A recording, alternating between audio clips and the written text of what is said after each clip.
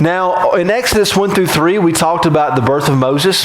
We talked about the fact that the children of Israel had been in Egypt for about 400 years.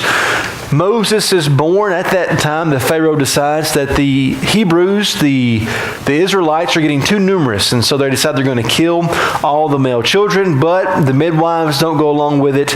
God certainly doesn't go along with it, and the nation of the Israelites continues to grow both in number and skill and also power. Now, Moses is raised into the home of Pharaoh. He actually has an Egyptian name. Moses is an Egyptian name with some Hebrew overlays, if you will. It's kind of a name that kind of works in both languages, but it is Egyptian in its root. He's raised in that Egyptian home for 40 years. He is banished from Egypt when? Or he leaves Egypt when? When he's 40 years old. And why does he leave Egypt? Killed a slave driver. He killed a slave, right? He killed a slave driver, right?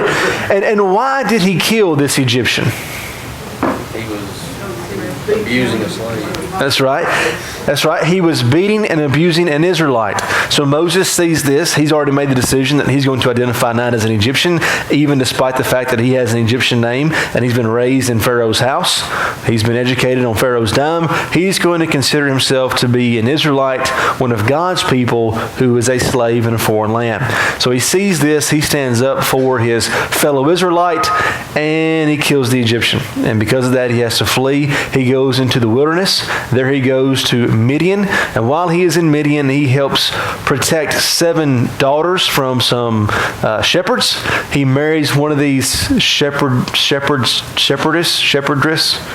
female shepherdess. Anyways, he marries one of these ladies. Her name is Zipporah. That's right. Her dad's name is Jethro. And so for the next 40 years, Moses is going to spend his time working as a shepherd for his father-in-law, Jethro. Now, when we got to chapter 3, Moses is keeping the sheep of his father-in-law, Jethro, and then he sees Mount Horeb, the mountain of God. And what does he see on that mountain? Burning bush, right? No, that wasn't consumed, right? Bushes burn all the time, but this bush was burning, but it wasn't burning up, right? And so he's curious about this. The angel of the Lord sees Moses and starts talking to Moses, tells him to remove his sandals. He's standing on holy ground. And then God reveals his new name to Moses, the name that he's going to be known by for generations. And what is that new name? Yahweh, right? And so it's going to be very important as we look at Exodus chapter 4. God tells him that his name is going to be Yahweh. And what does he say? What does he connect this name with? What was that? The I am, right? It's oftentimes translated I am. But we talked about how in the book of Genesis, where we get most of the personal names for God, those names are given whenever there's either a new covenant with God or God acts in a certain way. And so when God has a new name, it's revealed with an action, either a covenant or with an action. And so God says, I'm going to be known as Yahweh for the future generations. Why? He says why this is going to happen. What is this name going to be tied to? That's right. He says, I'm going to bring the children of Israel, a group of slaves, out of the most powerful country on earth. No one can do this but God, me. And this is going to be my name to signify this great action, Yahweh. It's going to be important as we look at Exodus chapter 4. And so let's go ahead and let's jump right into the text. Remember, we're still on Mount Horeb or Mount Sinai. God and Moses are still having this conversation about what God is going to do through him with the Israelites. And so let's pick back up and let's read verses 1 through 9 of our text. Exodus chapter 4, verses 1 through 9. Then Moses answered, But behold, they will not believe me or listen to my voice, for they will say, The Lord did not appear to you. The Lord said to him, What is it that is in your hand? Moses said, A staff. God said, Throw it on the ground. So Moses threw it on the ground, and it became a serpent, and Moses ran from it. But the Lord said to Moses, Put out your hand and catch it by the tail. So Moses put out his hand, and he caught it, and it became stiff in his hand. That they may believe that the Lord, the God of their fathers, the God of Abraham, the God of Isaac, the God of Jacob, has appeared to you. Again the Lord said to him, Put your hand inside your cloak. And Moses put his hand hand inside of his cloak. And when he took it out, behold, his hand was leprous like snow. Then God said, put your hand back inside your cloak. So Moses put his hand back inside his cloak, and when he took it out, behold, it was restored like the rest of his flesh. If they will not believe you, God said, or listen to the first sign, they may believe the latter. And if they will not even believe these two signs or listen to your voice, you shall take some water from the Nile and pour it on dry ground, and the water that you shall take from the Nile will become blood on dry ground. And so here we have God talking to Moses, and Moses has a question. Moses says, God, how are people going to know that you have actually sent me? Because I'm going to go back and I'm going to say, you know what, guys, I've been in the wilderness for 40 years and God spoke to me. And they're going to say, I bet he did, right? Yeah, sure. I'm sure he spoke to you. Like, how are people going to know that I'm actually your messenger? And God tells him to do what? What's the first thing God says do? Throw your staff down, right? And what does it become? A snake. Now Moses is like me in this situation. What does Moses do? He runs, right? Leah would have been like, oh, look, there's a such and such. No, Isaac would have ran. And God tells Moses to do what? Pick it up by the tail. Now, I don't know how many of you are, snake experts, but you don't pick up snakes by the tail, right? Why? Try and bite you. That's right. And so God this is a mini test of Moses' faith, right? Hey, go pick up that snake by the tail. Everybody knows you don't pick up a snake by the tail, but what does Moses do? Right? This is Moses' kind of first act of obedient faith, right? So he takes up the staff and he picks it up, becomes a staff again. He says, if they don't believe this sign, put your hand in your coat. Take it back out again. It's leprous. Put it back in, take it back out. It's not leprous. And so God says they'll listen to these two signs. Interestingly enough, at the end of this chapter, in chapter 4, verses 29 to 31, it's exactly what Moses does. He uses these signs to show the elders of Israel that he is, in fact, sent by God as God's spokesman. Interestingly enough, it also says if they don't believe this, you'll take water from the Nile and it'll turn into blood. This is actually the first plague. And so what we have here is the signs that Moses would give to both the people and also to Pharaoh. Right? Remember, he throws the staff on the ground in front of Pharaoh. We'll see it in a few chapters. And then also he'll take the blood from the Nile, the water, and he'll turn to blood. That's the first plague. We'll see that in Exodus chapter 7. And so Moses is concerned about the unbelief of the people. Was Moses wise in being concerned about their unbelief? Moses is going to fight with the Israelites for 40 years. And you think Moses maybe knew something about the Israelites? It seems like even though he identified as an Israelite, he realized that his people were stiff-necked. And he's going to wrestle with that for the next 40 years. And so Moses does this. He convinces the people later on. And so any questions or comments on verses 1 through 9? No? All right, let's look at verses 10 through 17. But Moses said to the Lord, O my Lord, I am not eloquent, either in the past or since you have spoken to your servant. I am slow of speech and of tongue. And the Lord said to him, Who has made man's mouth? Who makes him mute or deaf or seeing or blind? Is it not I, the Lord? Now therefore go, and I will be with your mouth and teach you what you shall speak. But Moses said, O my Lord, please send someone else. And the anger of the Lord was kindled against Moses, and he said, Is there not Aaron your brother the Levite? I know he can speak well. Behold, he is coming out to meet you, and when he sees you, he will be glad in his heart, and you shall speak to him and put the words in his mouth, and I will be with your mouth, and I'll teach you both what to do. He shall speak for you to the people, and he shall be your mouth, and you shall be as God to him. And take in your hand this staff with which you will do the signs. And so Moses is unconvinced, and so he starts with the excuses. And what is Moses' excuse? I'm not eloquent in speech. You'll see some commentators and they'll say, well, Moses may have had a stuttering problem. I don't believe this. Now, if we get to heaven and Moses got a stuttering problem, I'll take it back. Okay, but I don't think he's got a stuttering problem. Why? Because Stephen said in Acts chapter 7, verse 22, that Moses was mighty in power. He was mighty and powerful in speech. And so there's no indication. I really think this is a situation like when I try to get men to speak on the fourth Sunday night or on Wednesday night. It's like, hey, you wanna give a Devo on Wednesday night? Well, I'm not a really good speaker. You speak just fine. You speak all the time. I don't think that's me, right? And so I think that's what Moses is doing here. He's saying, look, man, God. And it says that God's anger was kindled against Moses in verse 14. Why do you think that is?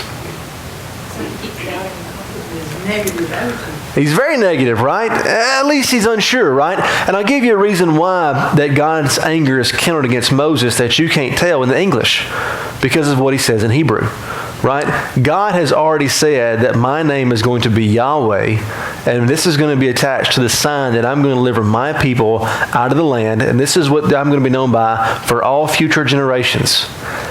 And then he says in verse 13, he says, God, I don't want to do this. He says, Adonai, right? And so he uses the previous name of God that he knew of before God gave him his name. And so what he's basically saying is, I'm not doing it. I'm not even going to call you by that name. You find somebody else, right? And so that's why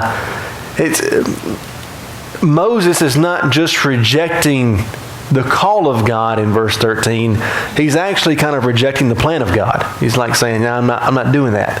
And you can see that when he calls him Adonai instead of Yahweh in that text. And so he tells God to send someone else. He calls him Adonai instead of Yahweh. And now, so God is angry with Moses. Now, the interesting thing is that God is kind of patient with Moses, and he says, did I not create, the mouths? If I want you to speak eloquently, trust me, you'll be just fine. But he concedes, right? He says, I'll tell you what I'll do. And what does he say? He says, you don't want to talk to Pharaoh? Okay, fine. Who is? Aaron. Now, have we been introduced to Aaron before this time? We haven't, right? We've been told he's got a mom and dad, obviously. We haven't been told their names just yet. We know he's got a sister, but we didn't know he had a brother, right? And so God says, your brother, Aaron, we're told in Exodus chapter 7, I believe it's verse 7, that Moses was 80 years old and that Aaron was 83 years old.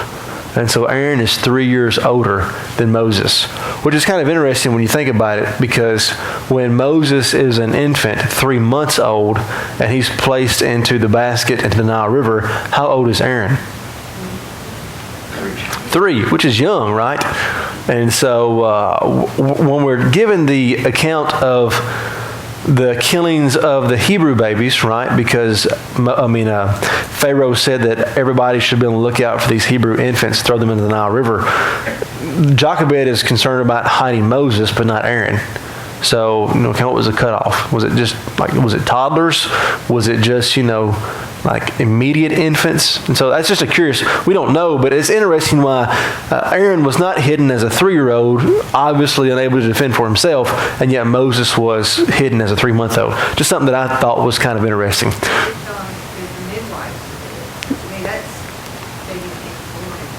Yeah. I would agree. And so my question is, when does it stop? Because if Moses is 3 months old and it's just the midwives who've been, it's kind of like, well, as a 3-month-old, you think if it was just the immediate infants that he'd be kind of, so I'm just kind of curious as to when was the cutoff? You know what I mean? It's a good question. Good comment. That's right. Because originally Pharaoh tells the midwives, and the midwives don't do it, right? What do the midwives tell Pharaoh? Yeah, you don't know about these Israelite girls, like great birthers, right? Great moms, and which is probably true. Why? Because God, the Israelites, they grow exponentially, right? Even people look at this time frame and say, there's no way there's that many Israelites coming out of the Exodus, because in 400 years, people don't have that many kids. It's like, well, the text actually says that God is with them in their birthing process. Like, it actually says that God's with them. If God wants you to have a whole lot of kids, you have a lot of kids, right? But it is interesting. But God is patient with Moses. But did Moses get out of what God told him to do? No. God knew he could do it. That's right. And so instead of Moses telling Pharaoh, Moses is just telling who? Aaron, right? And so Moses is still the one who's going to receive the prophecies from God or the message from God. He's still got to say it to somebody, but this way he's telling it to Aaron. Aaron's going to be the one that's going to tell it to Pharaoh. And so Moses is still the spokesman for God. Any questions on verses 10 through 17? What does that mean? He says, "And you shall be as God to him." Yeah. Aaron's going to get God's message from Moses. And so what Moses is going to say is going to be God's words. And so, good question. I find it interesting. Moses, his first concern was, how did the people know you sent me? But then he really doesn't believe it himself. Yeah. So what he's really saying is, I don't believe you are who you say you are. But he was using excuses of the people, and then he actually who works. Yeah. He does them, and he's like, okay, well then it's like he's just, I'm with you. I don't think it's because he was a stutterer. I think he was just coming up with excuses. Yeah. Well, and I think you're right. And I think what we're going to see over the book of Exodus is this nugget of faith in Moses grow over time. I mean, the Moses that we see here on Mount Sinai is not the same Moses we're going to see when he gets back to Mount Sinai. A year later, even if it's that long, a year from now, roughly, by the time he's on Mount Sinai and receives the call of God, a year later, once he's actually seen the 10 plagues that take place in Egypt, and he leads the people out of Egypt, and he gets back to Sinai, you're going to see somebody who's a whole lot more rooted in his faith in Yahweh than what we see right here, right? And so you kind of see this progression of faith even in the life of Moses. But in early, you don't really see Moses speak through Aaron for very long. Before very quickly, at least Moses speaking to the people, he's basically circling the whole thing. He's going to actually be God's spokesman when kind of in the first place. Kind of some foreshadowing, knowing what many of us know that lies ahead. Probably been a whole lot better if Aaron wasn't in the leadership role. But it's neither here nor there. We'll talk more about that in a little while. Yes. He's already shown a pretty big leap of faith, though. When it tells us in Hebrews 11 that he chose to suffer with the people of God rather than enjoy the pleasures of Pharaoh's palace. I mean, we beat him up, and that's a pretty big. Oh yeah. I know he falters apparently right after that, but it's not like he didn't have some measure of faith. No, I think it's a great point by Rob. I mean, when we have an initial faith to be immersed in Christ's remission of our sins, have we arrived? No, right? Yeah, it's just the beginning, right? We tell people all the time, right? It's just the beginning with the idea of over time, your faith should grow.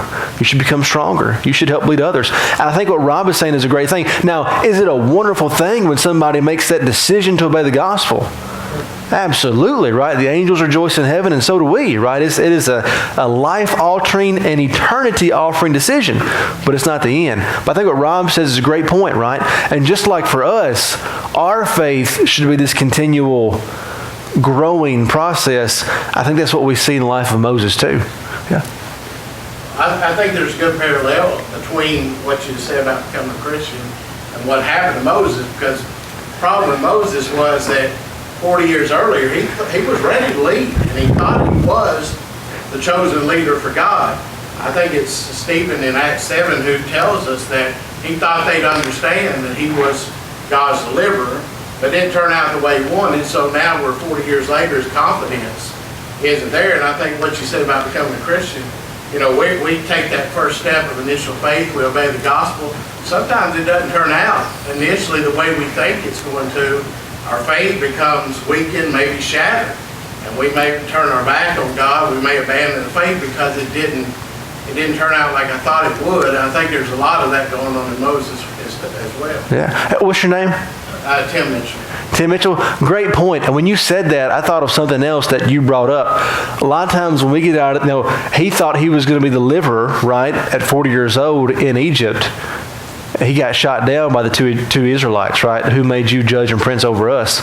Sometimes we come out of the waters of baptism. We're like, if I'll just tell somebody, they'll listen, right? And then they're like, leave me alone. Sometimes we can be like Moses 40 years later, be a little gun shy, right? And so that's a good point too. Good point. Good. Great points. Great points. Let's go on. Let's read verses 18 through 31 of our text. I'll tell you what, let's break it up. Let's do 18 through 23. Moses went back to Jethro, his father-in-law, and said to him, "Please let me go back to my brothers in Egypt and see whether they are still alive." And Jethro said to Moses, "Go in peace." And the Lord said to Moses in Midian, "Go back to Egypt, for all the men who were seeking your life are dead." And Moses took his wife and his sons and had them ride on a donkey and went back to the land of Egypt. And Moses took the staff of God in his hand. And the Lord said to Moses, "When you go back to Egypt, see that you do before Pharaoh all the miracles that I have put in your power, but I will harden his heart so that he will not let the people go. Then you shall say to Pharaoh, 'Thus saith the Lord of Israel, Israel is my firstborn son, and I say to you, let my son go, that he may serve me. If you refuse to let him go, behold, I will kill your firstborn son.'" And so Moses receives this call from God on Mount Sinai. He goes back and he asks his father-in-law permission to leave. Now, did he need to ask his father for permission to leave?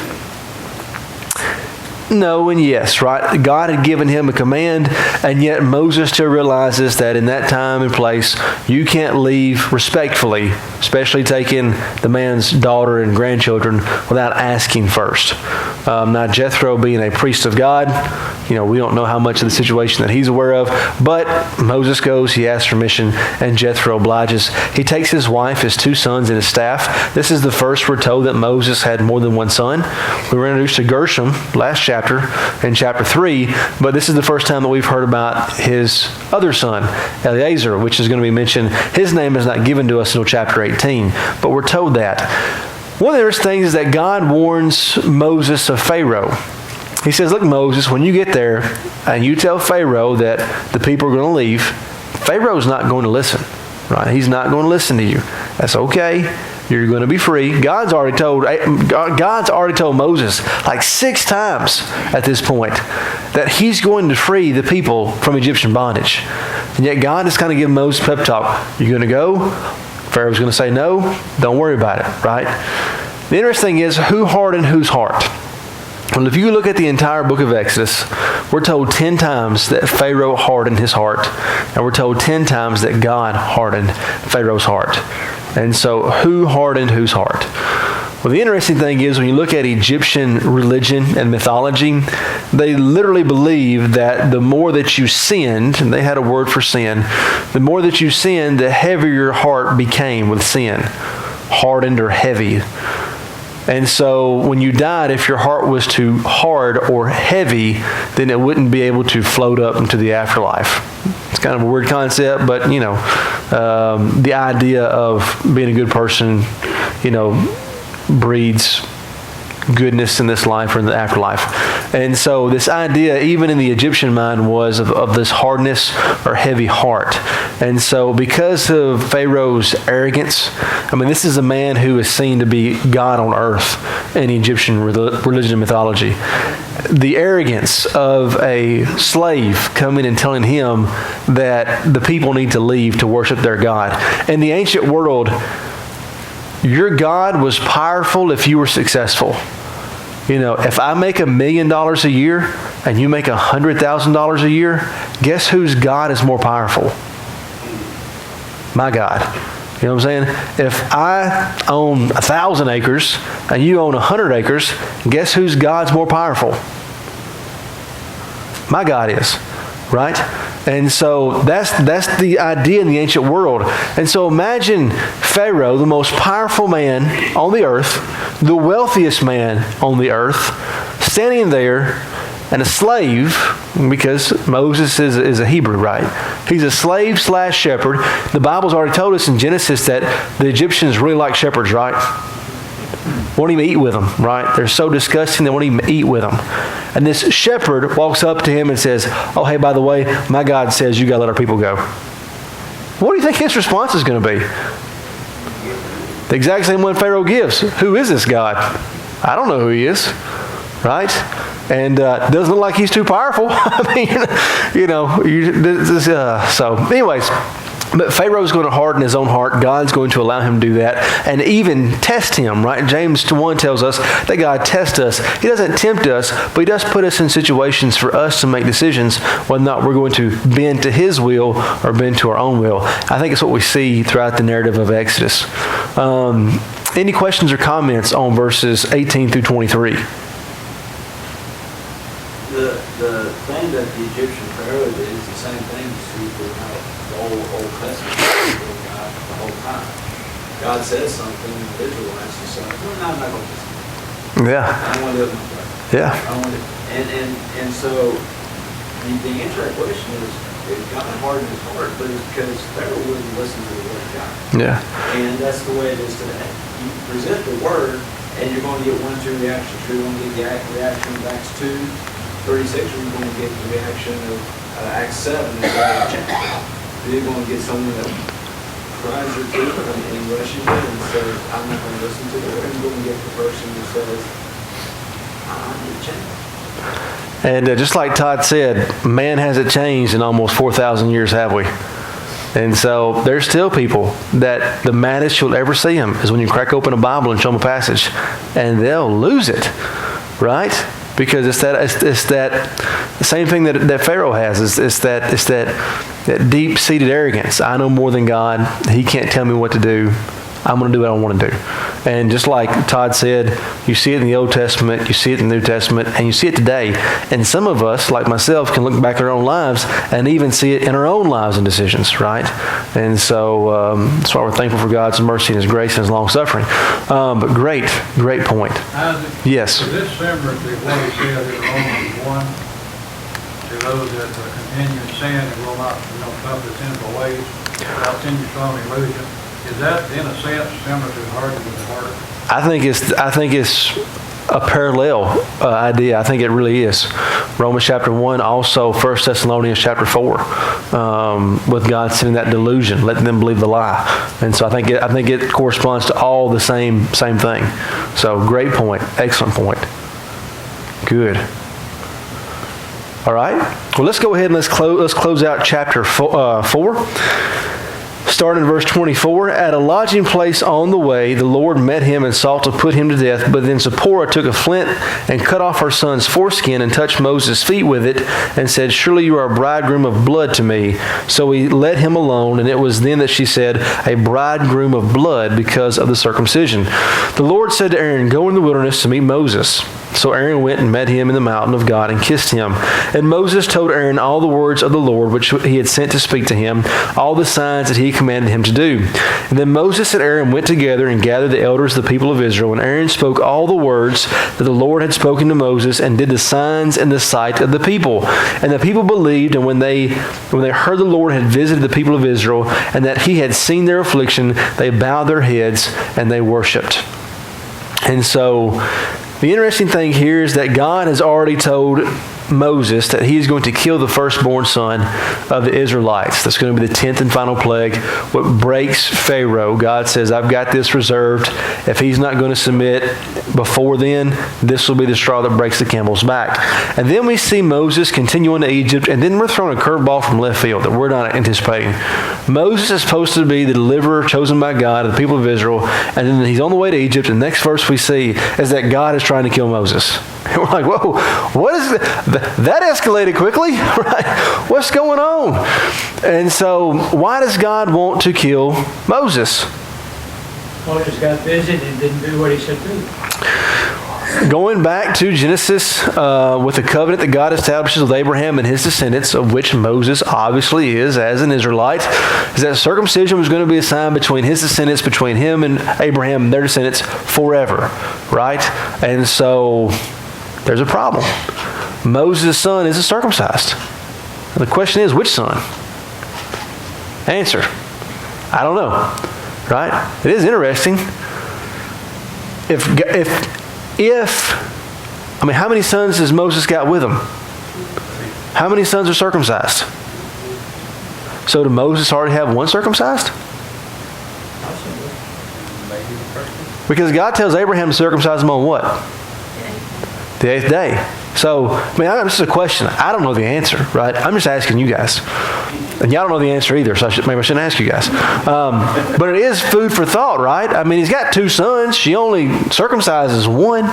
And so did Moses circumcise one son and then just kind of get busy and forget to circumcise it? I don't have a clue, right? I just know that one son wasn't circumcised, and God said, I don't care if you're the leader of Israel. I don't care if you're chosen by me. You have got to submit yourself to the commands of God just like everybody else. Right? It kind of reminds me of Paul, right? Paul says, after preaching, I buffet my body in case I myself, right, lose my salvation. Well, Paul is a chosen instrument of God too. What does that tell us? We're all held to the same standard. We're all held to the same standard, and we all should be concerned about our faithfulness, right? Joey? I think sometimes we mistakenly believe that under the Old Testament law and under patriarchal, God was just constantly in contact with everybody all the time. And that's not necessarily the case. It could be that Moses, went out in the wilderness at 40, and then he doesn't hear anything from God, right? And hasn't necessarily heard anything from him. Maybe he's been told stories how, he was delivered from the river and everything, but maybe Moses has never really even seen a miracle, never had a vision, never heard from God. Who knows? Maybe the first son, he said, yeah, sure, we'll do it the way we're supposed to do it. And then maybe at some point he's kind of threw his hands up there. The second point, I don't care. But, I have another. Excuse me. Oh, go ahead. Finish. Yeah, but like Joey said, like you said, don't know. I mean, he wouldn't be too far-fetched. Did Abraham do that? He tried 10 years for a son and said, all right, I got a better way, right? And God said, no, sorry. You wait 15 more and have Isaac. Or 13 more, I guess is what it was. Miss Susan? Moses being raised by his own family, I'm sure his mother would have taught him well. Yeah. Prepared him for life with the Lord. Yeah. Well, I'm sure. I'm not, this is an adult class. I say this all the time. This is an adult class. If you're not an adult, don't be in this class. Moses probably knew about circumcision because he was an Israelite and was at home for 3 months. So he could probably look down and tell, and know a little bit something about circumcision. So, and so maybe Joey's right. Maybe he circumcises the firstborn son and his heart just kind of grows cold. You got a guy like we're talking about, Stephen says in Acts 7, he thinks he's gung-ho, right? He's ready to start the rebellion. He's ready to kill Egyptians and lead the people out. And now God's talking to him on a bush 40 years later, and he's like, I think you got the wrong guy. I tried this 40 years ago. It didn't work out. Maybe we should do something else. How do you think that his son worked?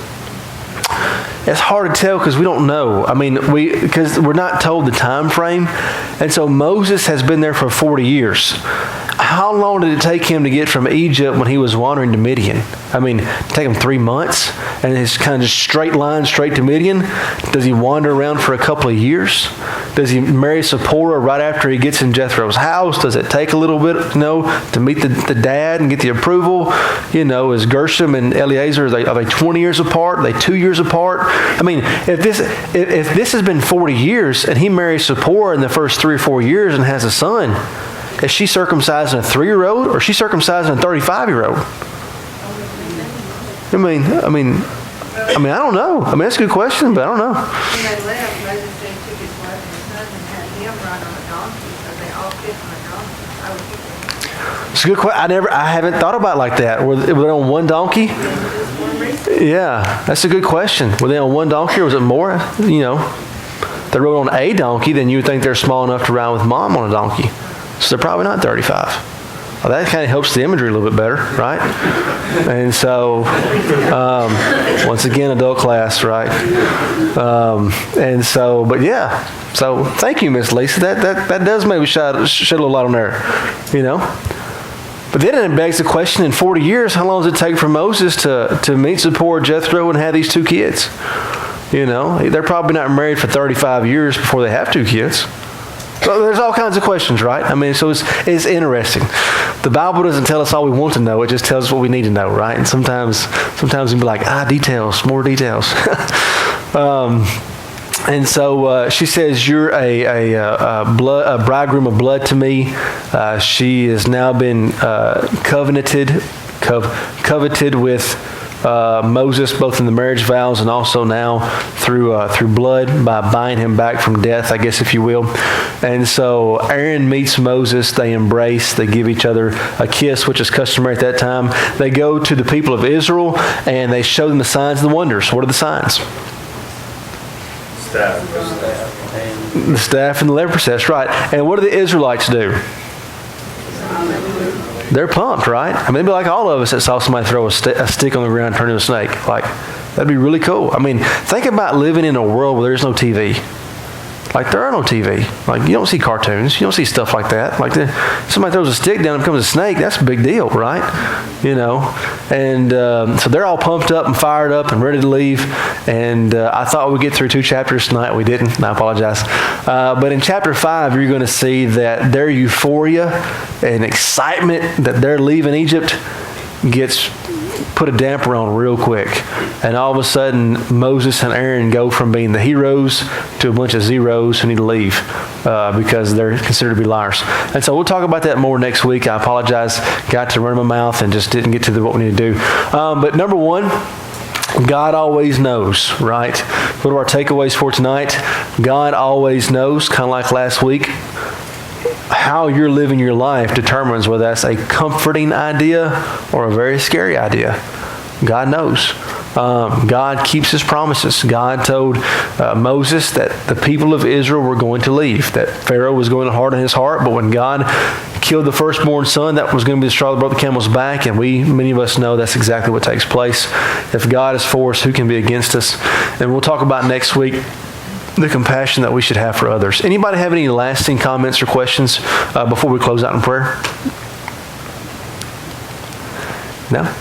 Once again, great number tonight, great discussion, and I look forward to seeing you all Sunday and picking back up with our class next week. Let's go ahead and let's pray.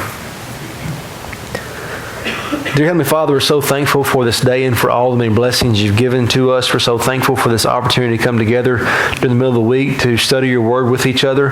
We're so thankful for the development of faith, for your patience and long-suffering with Moses, and for your patience and long-suffering with us.